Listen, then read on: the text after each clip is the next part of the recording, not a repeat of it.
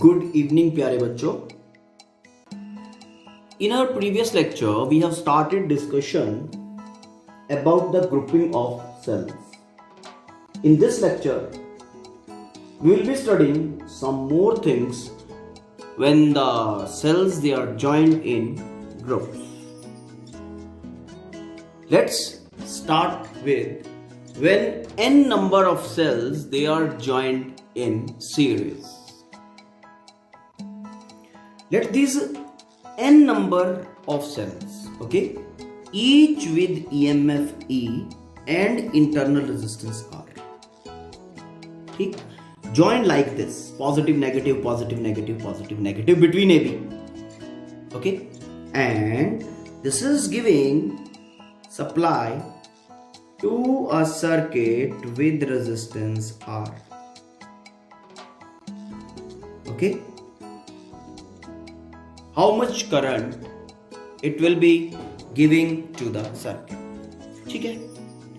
अब in previous lecture we have discussed this thing कि when the cells they are joined in this fashion क्या है, negative joined with positive, opposite terminals facing, then positive joined with negative positive joined, okay, opposite terminals are joined. देखो ध्यान से, one, this is negative terminal joined with positive of other cell.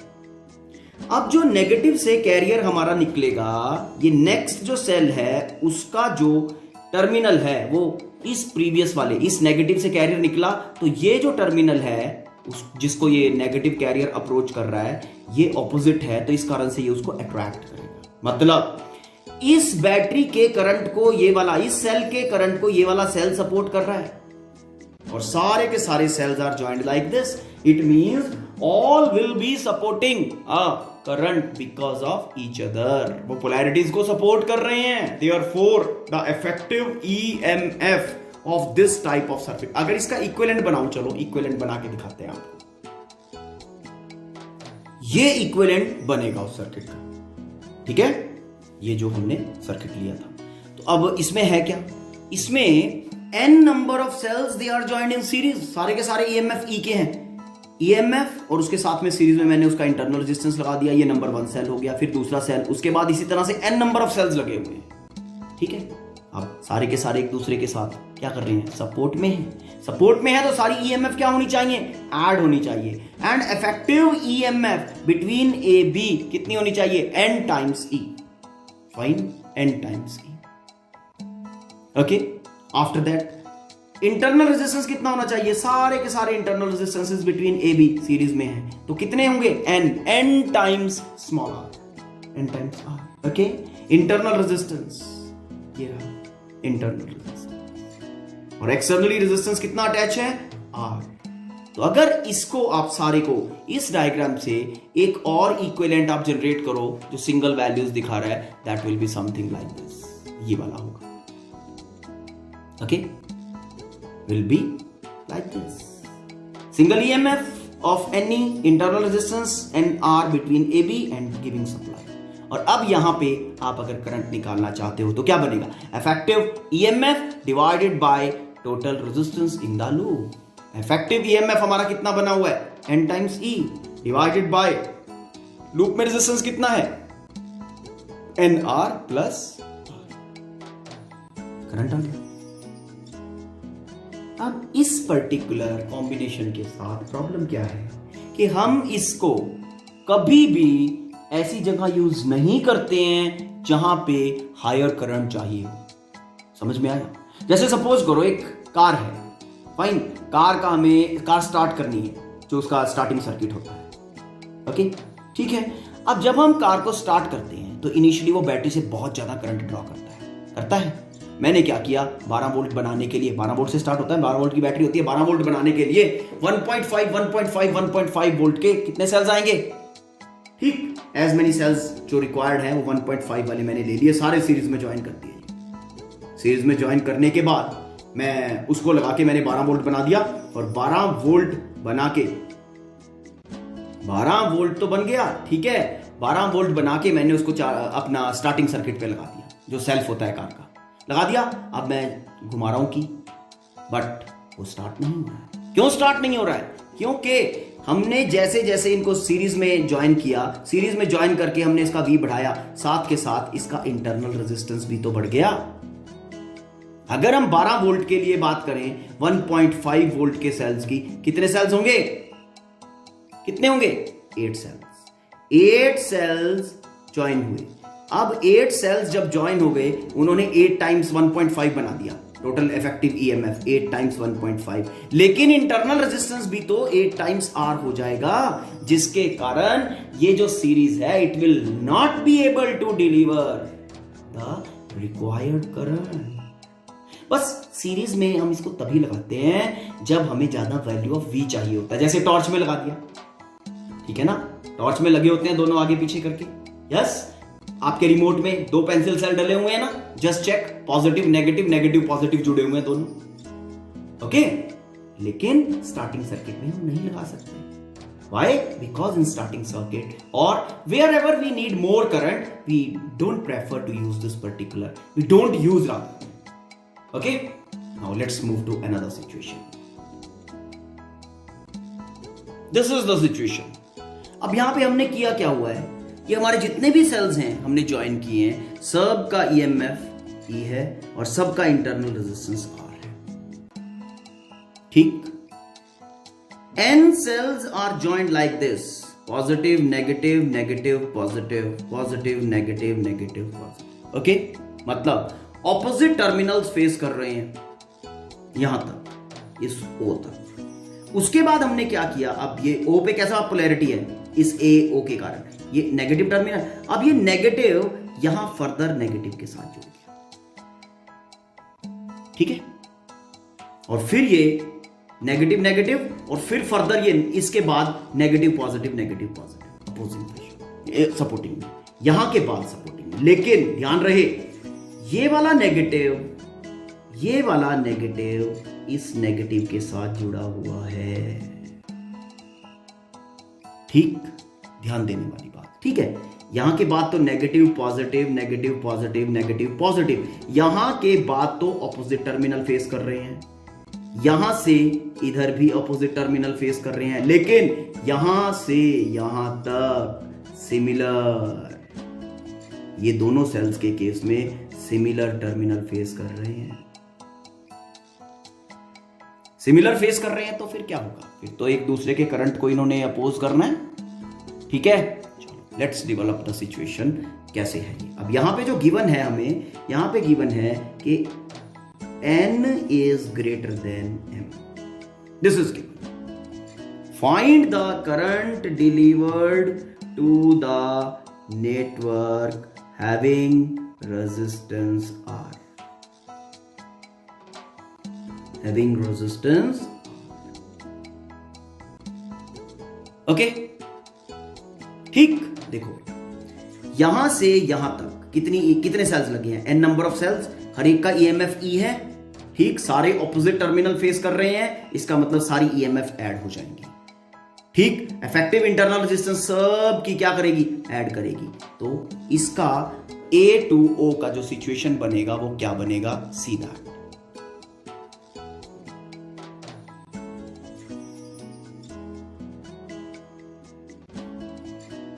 N times E, सारे EMF add हो गए, ये वाले यहां से A से लेकर O तक। उसके बाद सबका इंटरनल रेजिस्टेंस भी ऐड करेगा, सबका इंटरनल रेजिस्टेंस भी हमने ऐड कर दिया, ये लो N टाइम्स R, फिर अपना O आ गया, A से स्टार्ट किया था। O के बाद सारे के सारे फिर ये M cells joined in series like this, लेकिन नेगेटिव है ना? लेकिन यहां के बाद O के बाद ये सारे के सारे इकट्ठे जुड़े हुए हैं, ऑपोजिट टर्मिनल फेस कर रहे हैं, है ना? तो ये सारे के सारे add together E M times E, लेकिन उसका नेगेटिव O पे, इसके कारण भी नेगेटिव O पे आएगा, ठीक है ना? देखो कैसे, ये नेगेटिव है, इसके कारण नेगेटिव आ रहा है O पे, और दूसरे के कारण भी नेगेटिव आएगा O पे, और फिर ये पॉजिटिव आ गया बेटा। And if we talk of इसका इंटरनल रेजिस्टेंस O और B के बीच में, ये O है और ये B, O और B के बीच में इंटरनल रेजिस्टेंस, सारे के सारे cells are joined like this, series में है, तो m times m number of cell है, m टाइम r, तो यहां पे जो सिचुएशन बनेगा वो ये बन गया m टाइम्स r, और फिर ये आ गया b। ठीक है, अब a और b के बीच में हमारा सर्किट जॉइंट है। ओके, सर्किट का जो रेजिस्टेंस है वो कितना है, that is r। Okay, now this is the situation. अब जैसा कि यहां पे गिवन है n is greater than m, जब n ग्रेटर देन m है तो n e greater than m e होगा। ठीक है, n e greater than m times e, ये वाला पोटेंशियल डिफरेंस ज्यादा होगा इसके कंपैरिजन में, ये EMF ज्यादा होगा इसके कंपैरिजन में। क्लियर? तो सर्किट में जो पॉजिटिव नेगेटिव होंगे कौन से, किस बैटरी के कारण प्रेडोमिनेट करेंगे, इसके कारण। समझ में आया? ओके, ए बी के बीच में एन ई EMF बन गई एक, और दूसरी इफेक्टिव EMF बन गई ME। NE ज्यादा है। ओके, नाउ पहली बात, दोनों अपोजिंग फैशन में जुड़ी है, नेगेटिव टर्मिनल फेसिंग नेगेटिव, तो effective EMF due to both will be difference of both. Difference of both, चलो ये तो क्लियर हुआ। अब बिगर बैटरी ये है तो बिगर माइनस स्मॉल, और पॉजिटिव नेगेटिव बिगर के कारण बनेंगे, मतलब जो सिचुएशन बनेगी that will be something like this. Positive negative के कारण जो बिगर सेल है वो है NE, इसके पॉजिटिव नेगेटिव मैंने मार्क कर दिए। इसका effective EMF will be difference of both the EMFs, NE is the bigger minus ME। अब ये जो इंटरनल रेजिस्टेंस है इसका NR और MR दोनों सीरीज में जुड़े हैं, तो ये डायरेक्टली ऐड होंगे, NR प्लस MR। ये आपका B आ गया बेटा जी, और this is your A। Now this is giving supply to a circuit of resistance R, तो how will you be calculating the current? अब देखो ध्यान से, करंट विल बी फ्लोइंग, इस बैटरी के पॉजिटिव नेगेटिव मैंने इसके कारण लगाए, क्यों? क्योंकि NE ग्रेटर देन ME था, तो इसके कारण करंट इस तरह से फ्लो करेगा।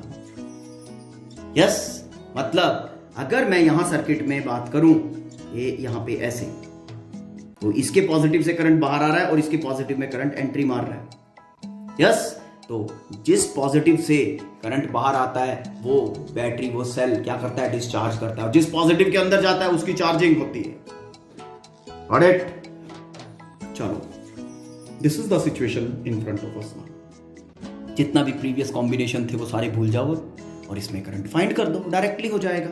Now current will be equal to effective EMF। Effective EMF is NE minus ME over total internal resistance NR plus MR। ठीक है, this will be the current delivered to the network. ठीक है बेटा, वही problem है, जब आप series में ज्वाइन कर रहे हो इंटरनल रेजिस्टेंस बढ़ रही है। अब देखो यहां पे आप एक एरर क्रिएट कर चुके हो, ये इंटरनल रेजिस्टेंस तो आपने लगा दिया, भाई लूप का रेजिस्टेंस चाहिए ना, तो प्लस R भी यहां पे आएगा। ओके, ठीक है, now let's see, go through one more situation. In this situation, again the same thing, all given cells have EMF E and internal resistance R, and they are joined in parallel. First EMF, उसका internal resistance, second EMF, उसका internal resistance, और इस तरह से चलते चलते downward हमने M arms लगा दी। ठीक है, कितनी M आर्म्स इन बिटवीन है, और फिर ये लास्ट आर्म आ गई हमारी। ठीक है, ये 1 से शुरू होके M तक सबके नेगेटिव जोड़ दिए हमने बेटा, एंड आफ्टर दैट हमने सबके पॉजिटिव ज्वाइन कर दिए। This all is between AB and this is giving supply to a circuit, okay, with resistance R। ठीक है, चलो पहले इस नेटवर्क को सॉल्व कर लेते हैं।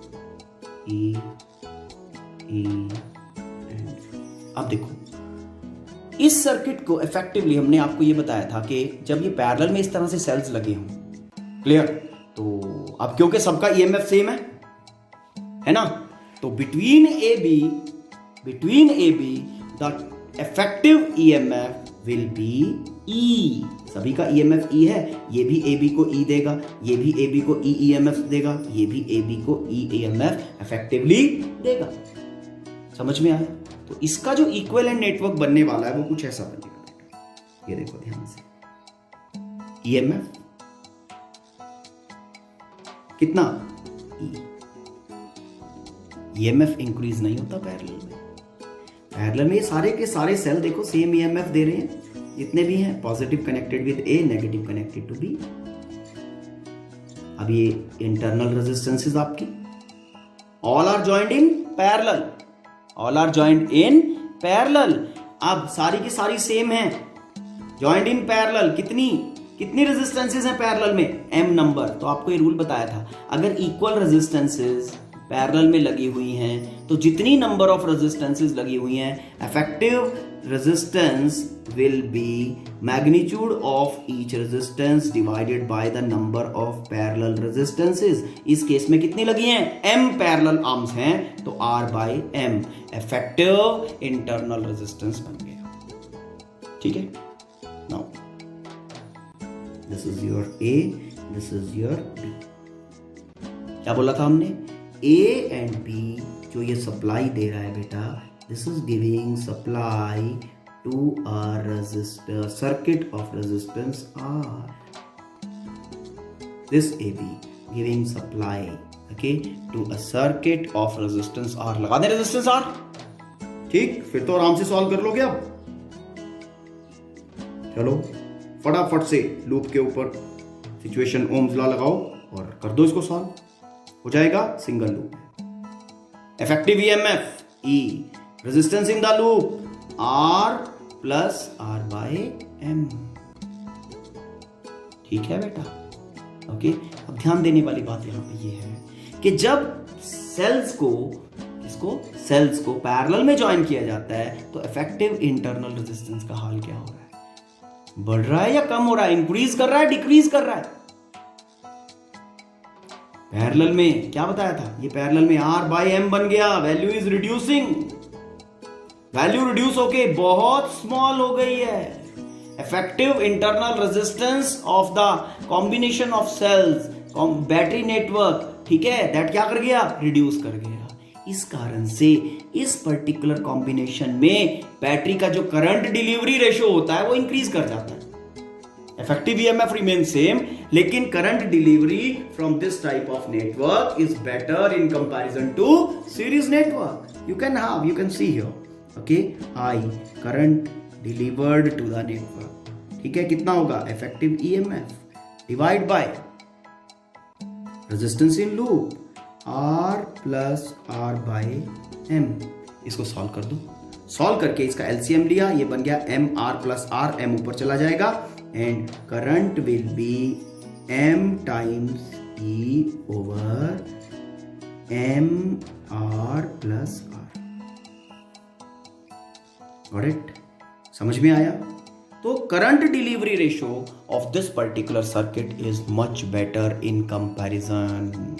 तो जब भी हमें एक ऐसा बैटरी नेटवर्क क्रिएट करना है जिससे करंट हम ज्यादा विड्रॉ करना चाहते हैं, तो हम किस तरह का नेटवर्क बनाएंगे? पैरेलल नेटवर्क बनाएंगे। समझ में आया? ठीक है, now let's discuss one more situation. इस सिचुएशन में क्या है कि वही गिवन है, सारे cells, all the cells they have EMF E, internal resistance R. सारे सेल बराबर ईएमएफ और इंटरनल रेजिस्टेंस। हमने क्या किया? n नंबर ऑफ सेल्स का एक सीरीज बनाया, एक सीरीज और बनाया n नंबर ऑफ सेल्स का। ठीक है, बनाते गए सीरीज और ज्वाइन करते गए सर्किट में। ठीक है, इस तरह से सब वही सेल्स हैं।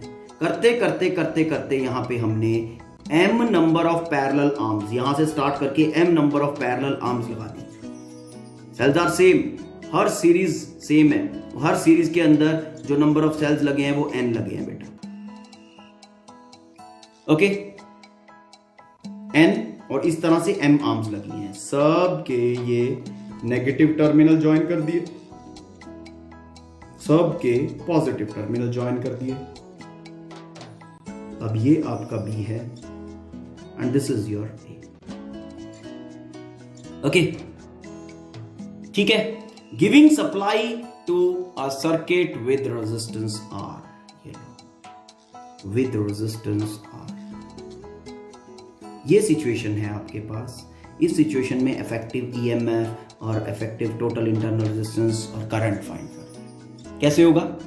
सेम थिंग, पहले इसका सीरीज सॉल्व करो। Positive negative opposite terminal face करके जुड़े हुए हैं सारे सेल्स, तो सारे के सारे ईएमएफ ऐड कर जाएंगे। इंटरनल रेजिस्टेंस का क्या होगा? सिंगल सीरीज है, सीरीज में इंटरनल रेजिस्टेंस ऐड करेंगे। मतलब पहले आर्म का जो इफेक्टिव आर्म बनेगा विद रिस्पेक्ट टू ईएमएफ वो बनेगा कुछ ऐसा। ये देखो, ये सिंगल ईएमएफ बन गया, कितना? N times E। Internal resistance सबका कितना बनेगा? R, N times R। हर एक आर्म का यही हाल होने वाला है।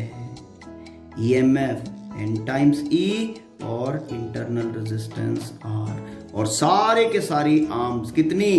M number of arms, they are joined in parallel as given in situation में कुछ ऐसा ही गिवन है। ये वाला जो ये कितना बनेगा? N टाइम्स E और सीरीज में लगा N टाइम्स R और ये बन गया। ओके, कितने?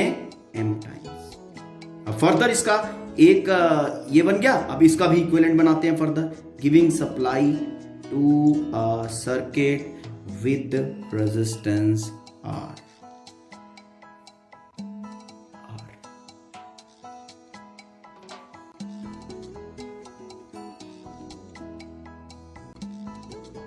This is your A, B.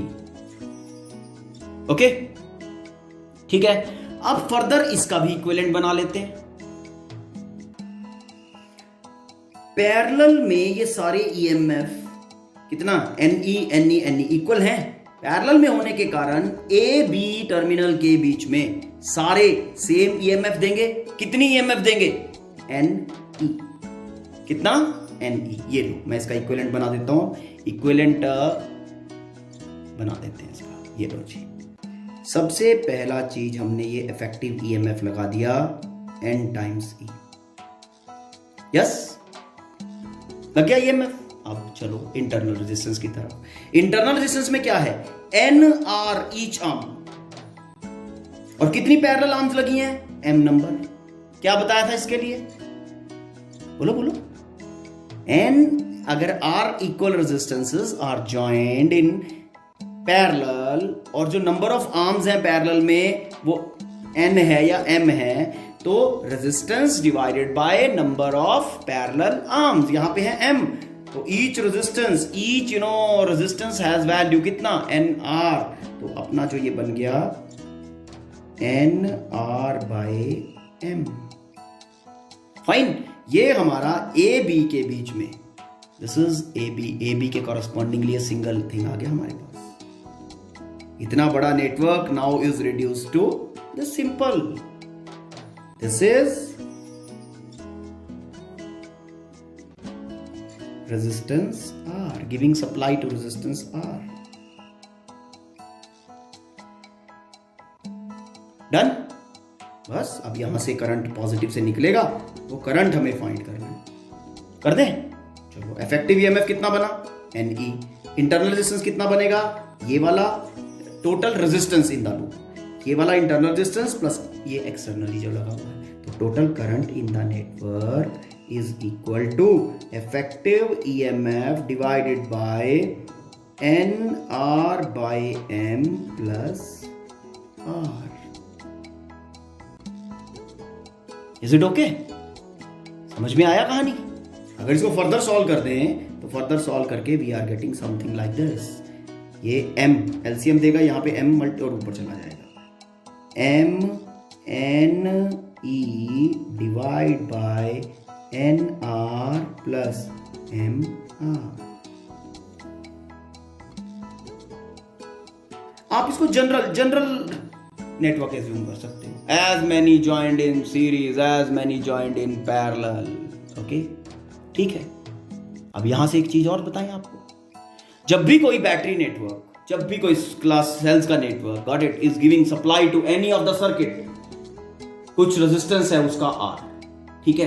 तो देखो यहां पे आपको एक पर्टिकुलर चीज बताते हैं कि अगर हमें बैटरी नेटवर्क से, सेल नेटवर्क से मैक्सिमम करंट डिलीवर करवाना है, what I said, cell network से मैक्सिमम करंट डिलीवर करवाना है, तो सर्किट का रेजिस्टेंस कितना होना चाहिए? See here, we want battery or cells network to supply maximum current to the external network. External network मतलब जो आपका लोड लगा हुआ है, ठीक है। What should be the resistance of the external network? जिसको मैक्सिमम करंट की सप्लाई मिल सके गिवन बैटरी नेटवर्क से। समझ में आई कहानी? अब ये करंट, मैक्सिमम करंट का कंडीशन, करंट का कंडीशन ये है, इस करंट के कंडीशन से मैं मैक्सिमम करंट का कंडीशन बनाता हूं, ठीक है। Now current by the battery network क्या है? I is equal to MNE over NR plus MR, okay, ठीक है। Now for I to be maximum, for I to be मतलब करंट to be maximum,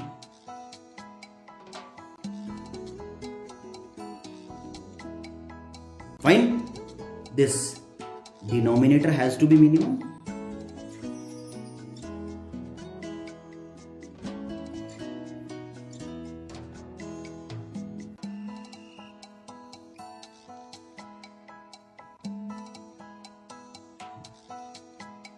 ठीक है।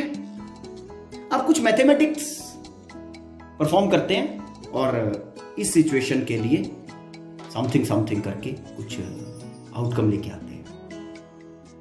देखो इस टर्म को मैं कुछ ऐसे कर रहा हूं, NR अंडर रूट का होल स्क्वायर, किसी को प्रॉब्लम तो नहीं हुआ, प्लस इस टर्म को भी सेम लिख रहा हूं, MR under root and then square, ठीक है बेटा।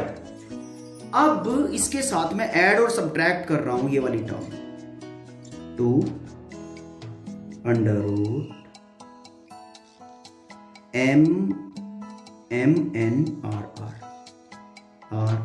सब्ट्रैक्ट कर दिया, यही टर्म इसमें ऐड कर दो, 2 यहां पे MNRR,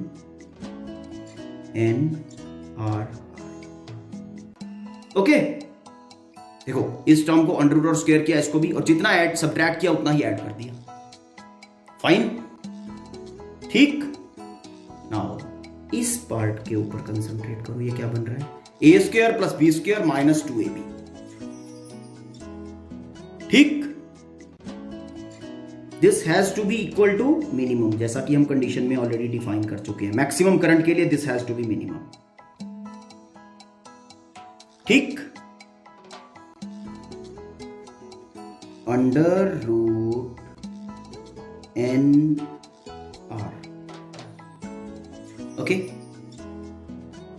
NR minus under root MR whole square, ये ब्रैकेट वाली टर्म कवर हो गई, ठीक है, plus 2 under root MNRR, this has to be minimum. For this to be minimum,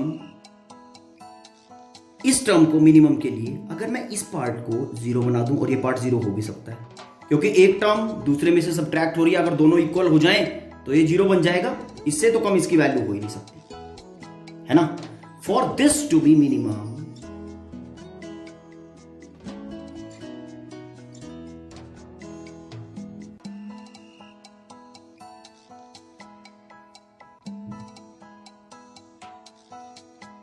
ठीक,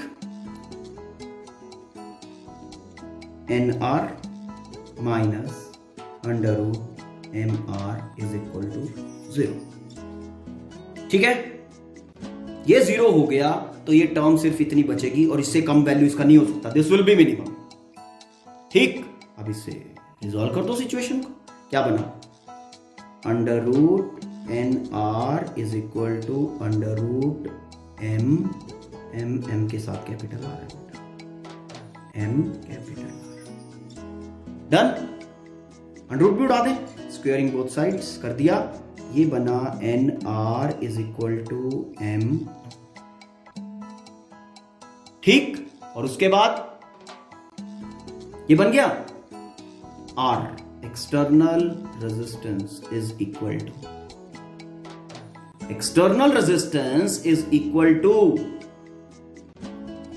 N बाय MR। अब ये ध्यान देने वाली बात है। ठीक, अगर एक्सटर्नल रेजिस्टेंस इस वैल्यू के बराबर होगा, डन, तो जो सर्किट है जिसकी रेजिस्टेंस R है वो बैटरी नेटवर्क से, सेल नेटवर्क से मैक्सिमम करंट विड्रॉ कर लेगा।